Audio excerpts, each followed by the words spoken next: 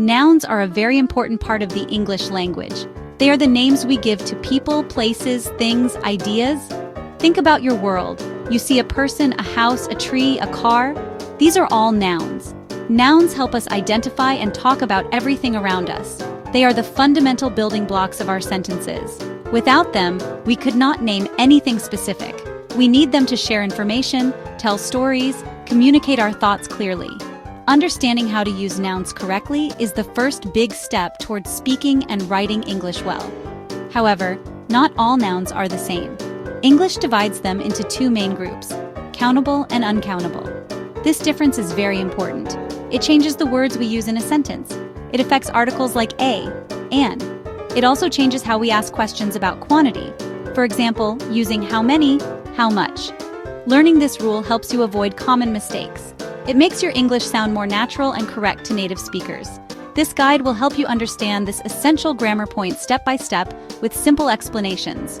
Understanding the difference between countable and uncountable nouns is crucial for clear communication. When you master this concept, you build a strong foundation for more complex grammar. Countable nouns are exactly what they sound like.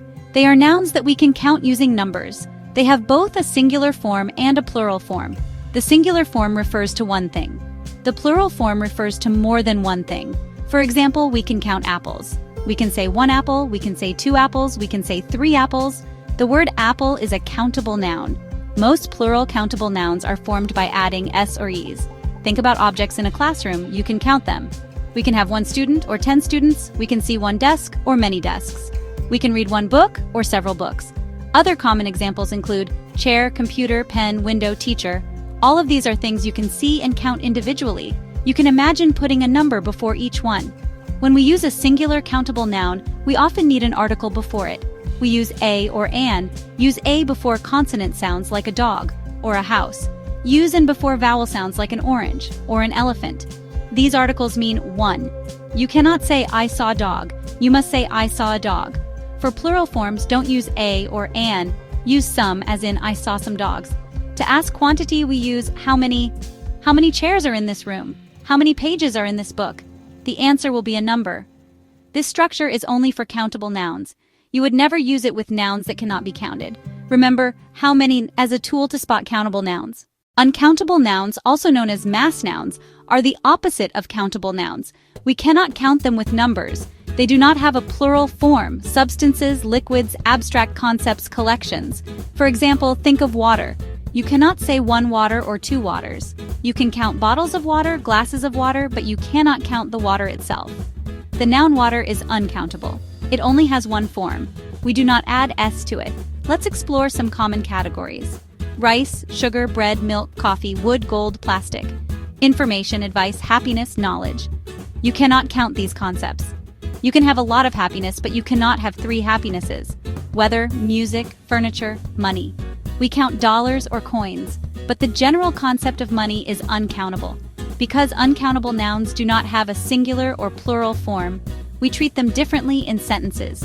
We never use the articles a or an with them. It is incorrect to say an information or a music. Instead, if we want to talk about 1 unit of an uncountable noun, we must use a phrase of measurement.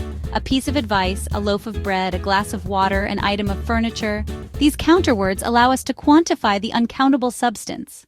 Choosing the right words to describe quantity is essential.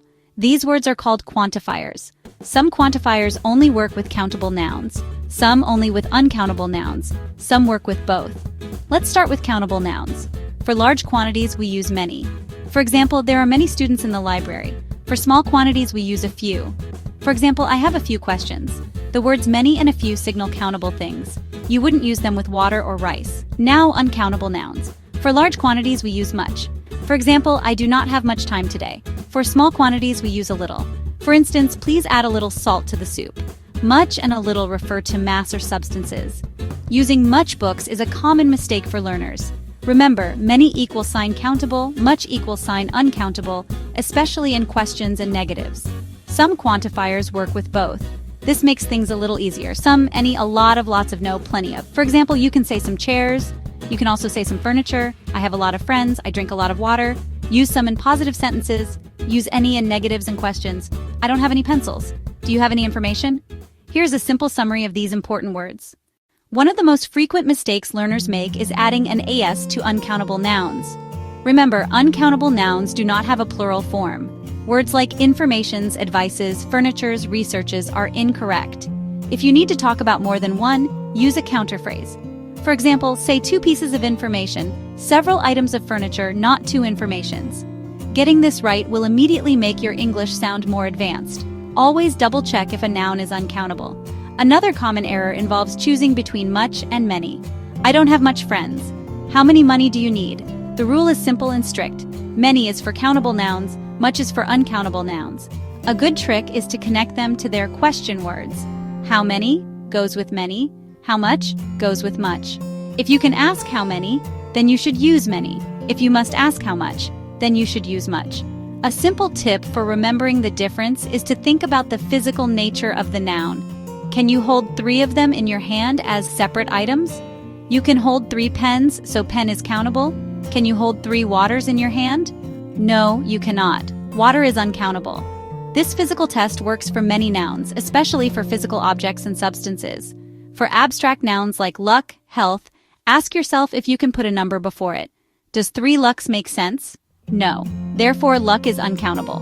This mental check becomes faster with practice. By focusing on these rules and practicing regularly, you will stop making these common noun mistakes.